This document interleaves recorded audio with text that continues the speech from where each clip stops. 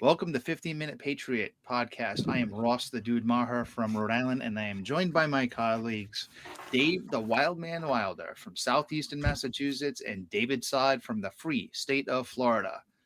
We know there are many outlets and sites for you to collect your news and information from, but here at 15-Minute Patriot, we try to focus on what the news should prompt you to do. We focus on action steps.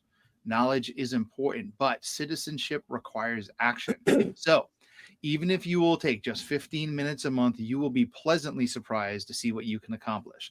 We, the people, are at the top of the government, and it's time to get involved. Lastly, we want to hear from you and about the things that you've done. So you can email us at 15minutepatriot@gmail.com. That's 15minutepatriot@gmail.com. And also on Facebook at 15-Minute Patriot, all spelled out. With that, leading us off from the free state of Florida is David Sod. And today we're going to talk about the billions of dollars that are spent by our government on illegal immigrants. It is fundamentally wrong for our government to spend millions of tax dollars on individuals who have violated our laws. Their first steps were a violation of our laws by entering the country illegally. These individuals have bypassed legal immigration channels, yet they are still granted access to public education, emergency health care, housing assistance, and other social services paid for by the hardworking American citizenry. This is not only a misuse of limited public funds, it also sends a dangerous message, and that is that breaking the law will be rewarded. Every dollar spent on those who entered illegally is a dollar taken from our veterans, seniors, struggling families, and the law-abiding immigrants who followed the rules. The government has a duty to uphold the law and to protect the interests of its citizens first and foremost. Anything less is an abdication of responsibility. And to that, I open the floor because right now we have a bunch of, pardon the expression, morons who are wasting our tax dollars going down to El Salvador to try to release one way or another Garcia. Yeah, I mean, this kind of gets me because he's still an El Salvadoran citizen. So these trips paid for by U.S. tax dollars to advocate for what they consider a constituent is not even a citizen of the country, and we're spending our tax dollars to do this. It's kind of crazy. So think about this, guys. Let's do a little role reversal for just a moment. Okay. So here, all three of us are U.S. citizens, right? And if we were to be deported, where would our country deport us to? It's the same exact situation. You just brought it up. He's an El Salvadoran citizen. If I was the El Salvadoran president, I would be like, where do you want me to deport the guy to? Yeah. He's not a citizen in any other country. He's not in El Salvador illegally. Where am I going to deport him to? And for what reason? And follow my own country's constitution. Yeah. So it doesn't make sense. It's just amazing that our tax dollars are once more underscored being wasted by these congressmen going down to El Salvador to try to spring somebody who's already had 2 court hearings. They say we didn't give him due process. We gave him due process twice. Twice he sat before a judge, and both times he was found to be part of a gang. And in fact, they're saying that he's not part of a gang. Well, then the judge and he said, if you send me back to El Salvador, I fear for my life because of another gang. Well, another gang is not going to bother you if you're not one of the opposing gangs, which is MS-13. Yeah, it really, the whole thing really doesn't make sense at all. And from my perspective, and I know we're getting a little bit off topic and we want to rein it back in, but I'll just kind of close with this. This issue, like, what is the quote unquote issue at law here, right? The issue at law is you have someone who's here illegally who, for all intents and purposes, should be deported for any number of reasons. It's a matter of, the law is settled on it. So why are we even having this discussion? We didn't have this discussion. Joe Biden did allegedly deport some people. President Obama deported a lot of people. Millions. And it was, but it's the same argument. It's a matter of settled law that there's nothing more to argue here. And of course, President Trump did it in his first term as well. and everyone else before them. It's I don't want to say it's a non-issue, but they're making something out of nothing or something out of less. I think maybe Doge was getting a little bit too close, so they needed a distraction. Valid point. Perhaps. And speaking of Doge, if I can use this as a segue, I want to show a screen. This comes from a clip from Elon Musk, I guess a couple of weeks ago, talking about. Hold on, I got to find it again.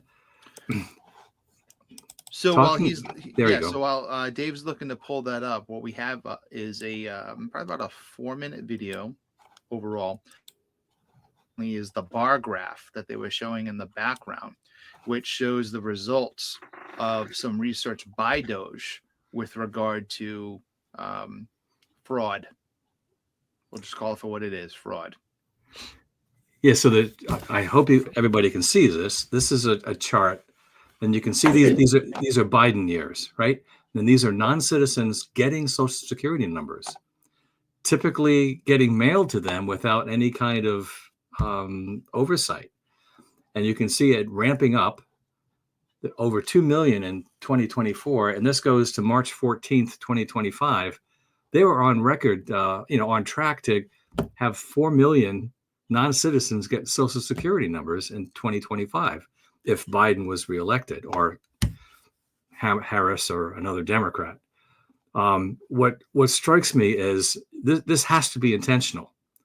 And if you listen to the video, Elon Musk is convinced that this was to bring a population into certain states to tip the balance of the Electoral College. So the country would entirely be Democrat from here until hell freezes over. So he sees a very thoughtful strategy of taking over the country. And you can sit back and say, well, what are you going to do with Social Security number? They also found that 1.3 million of the 5 million or so that you see are on Medicaid. They found that some of these people are registered to vote, and some of these people are actually voting. So it's crazy. Yeah, and so oftentimes we see this double standard that is applied. So we just ended tax season. Today's the 23rd of April that we're filming this. Tax season ended on the 15th officially, unless you filed for an extension. Think about this for a moment, because we all have Social Security numbers and we all pay taxes. If we did not report accurately on our income tax filings for this year, what would the government do to us as citizens? Go on our wages, put us in jail, or right. So and that's kind of my point, is that they would exercise penalties on us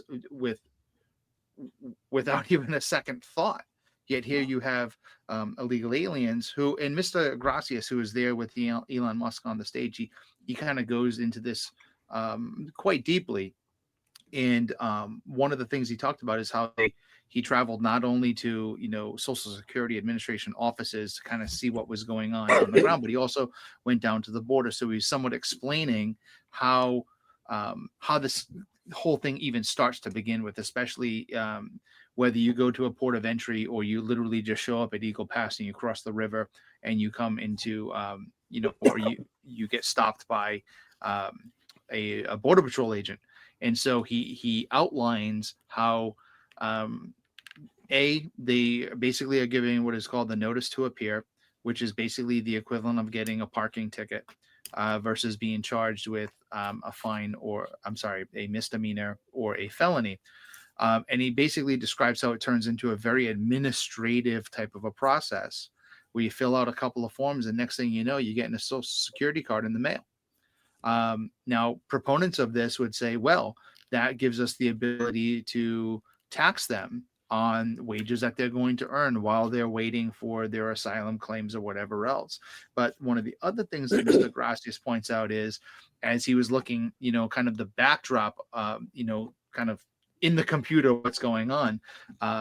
Basically, all of these people were set to receive the maximum amount of benefits with the minimal amount of contributions from whatever their sources of income happen to be. Again, assuming that they've been paying taxes in the first place. So again, complete 100% double standard. So they're paying taxes on Social Security benefits or Medicaid benefits or whatever Medicaid that they're receiving illegally from us. So the taxes that are going to be derived from that is going to be money that's ours already. It's going to be taxed on. There was illegal money they got. That is such a unbelievable, absurd notion. I mean, we can talk about the absurdity of it, and is government this incompetent, or is this just a clever strategy that they're implementing? And I tend to follow on the side of this is intentional. Yeah, our government is intentionally taking our money and giving it to non-citizens. I actually think it's both.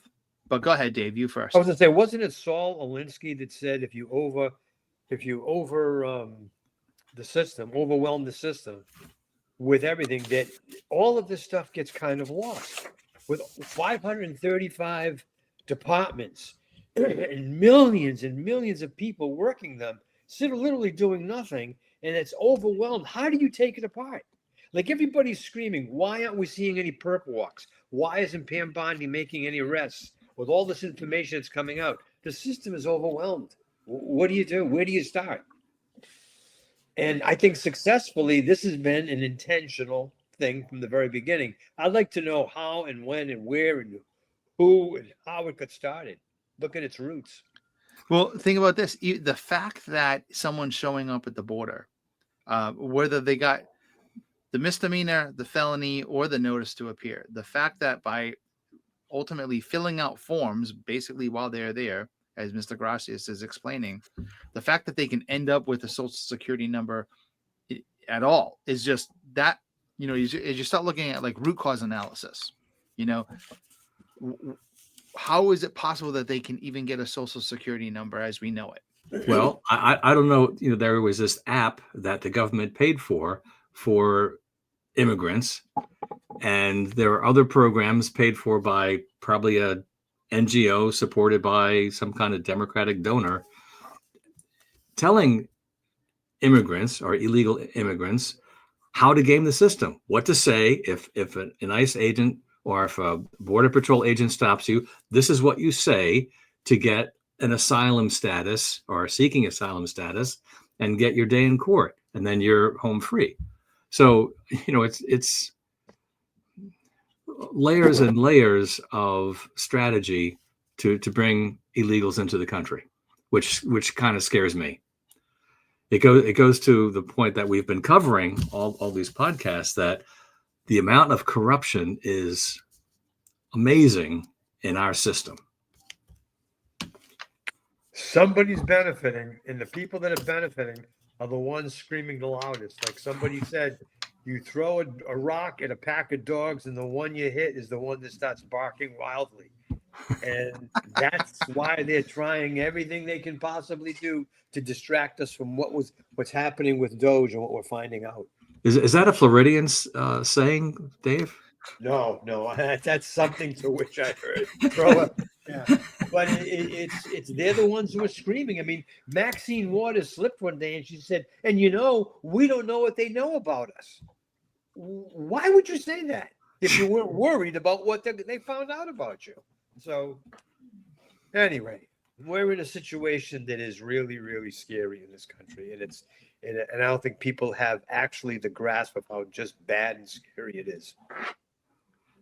No, and to kind of take somewhat of a different angle, again, I'll go back to the video with Elon Musk and Antonio Gracias. One of the things that he made it a point to acknowledge was basically people on the inside, people who work in Social Security, who took the time to show him, and some of the people who are helping him, show him basically how you can read the fraud. Kind of looking for some of those flags. And the thing that stuck in my, when he said, I kind of caught my ear. I was like, whoa, he was acknowledging, quote unquote, the risk. These people assumed risk to show us this data. That is an indicator to the corruption. So here you have people on the inside who work for these agencies who know full well that there are problems here, and they basically have. And I've seen this play out in other things as well, where it's you're a button pusher. You're down at the bottom. You know something is wrong. You can see that it's wrong. Yet at the same time, you keep pushing the button, approving things to go through because, well, you're not a decision maker, or your boss has already told you, here's how we're going to do this. Just like he acknowledged as well that Border Patrol agents were told, you're going to give those people a notice to appear. You're not going to give them the felony. You're going to make them, basically you're giving them the parking ticket, and you're going to let them fill out their forms and move on and welcome to America. Yeah, well, so we just touched on a few items where tax dollars are going to non-citizens. And for your 15-minute action step this week, yes, it would be great if you could contact even your state representatives. They're probably doing similar things the feds are doing, but contact your state reps and your Washington reps and ask them what tax dollars should be sent to non-citizens, and ask for a statement from them about that. Excellent. So that's the charge this week. Thanks for joining, and we hope to catch you next time.